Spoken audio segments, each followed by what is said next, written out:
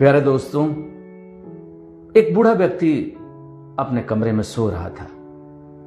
खिड़की से बार बार कोई ऐसी आवाज आती जिससे वो उठकर बैठ जाता।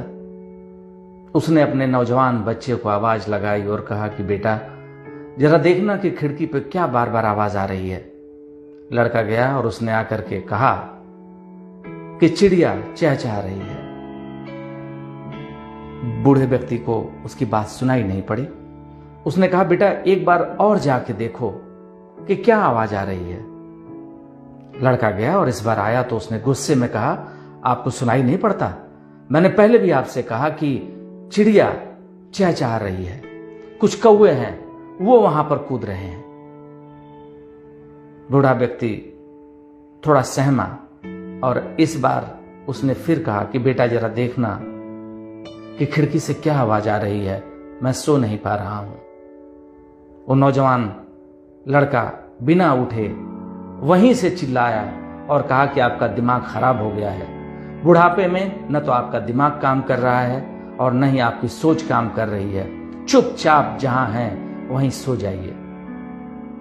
इस बार उस बूढ़े व्यक्ति को अपने बच्चे की बात पूरी तरह से समझ आ गई। उसने अपने बच्चे से कहा कि बेटा कोई बात नहीं, सामने डायरी रखी है, जरा लाओ और मुझे दिखाओ।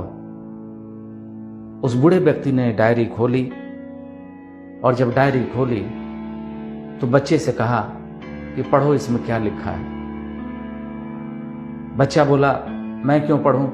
खैर, बच्चे ने इस बार पढ़ा और उस डायरी में लिखा था, उस बाप की लिखी हुई पंक्तियां उस डायरी के अंदर थी कि आज मैं बहुत खुश हूं।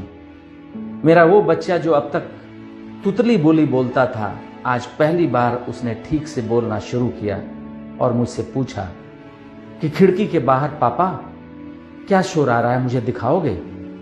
मैं बार बार अपनी गोद में उसे उठा के ले जाता और करीब 25 से 26 बार उसे मैं खिड़की पर ले जाके दिखाता कि यहां चिड़िया चहचहा रही है, कौवे यहां पे चहचहा रहे हैं। और मुझे खुशी हुई कि आज मेरा बच्चा बोलना शुरू कर दिया।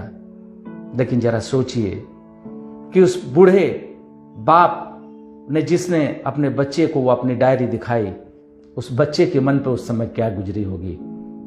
बच्चे ने अपने पापा का पैर पकड़ लिया और कहा, पापा मैं गलत था, आपने मुझे 25-26 बार खुश होकर के दिखाया और मैं आपके कहने पर 1-2 बार भी उस खिड़की पर नहीं जा पाया, मुझे माफ करिए।